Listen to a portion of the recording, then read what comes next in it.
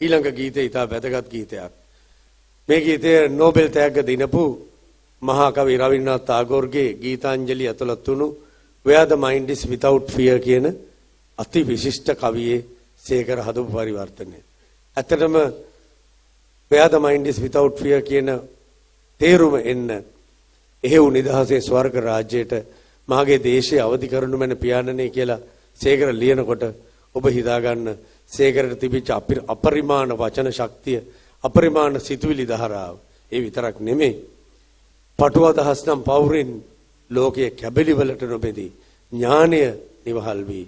බියෙන් තොරව හිස කෙලින් තබාගෙන හිඳිනට හැකි කොහෙදෝ එහෙව් නිදහසේ ස්වර්ග රාජ්‍යයට මාගේ දේශය අවදි කරනු මැන පියාණනේ මේ තමයි සේකරගේ අවසාන ඉල්ලීම.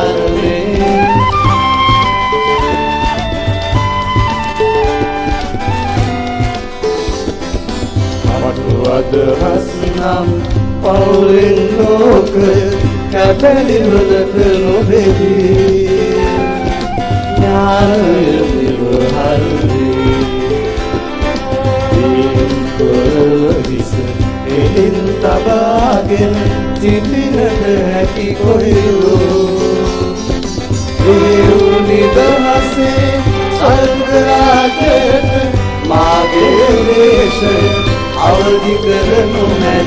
we are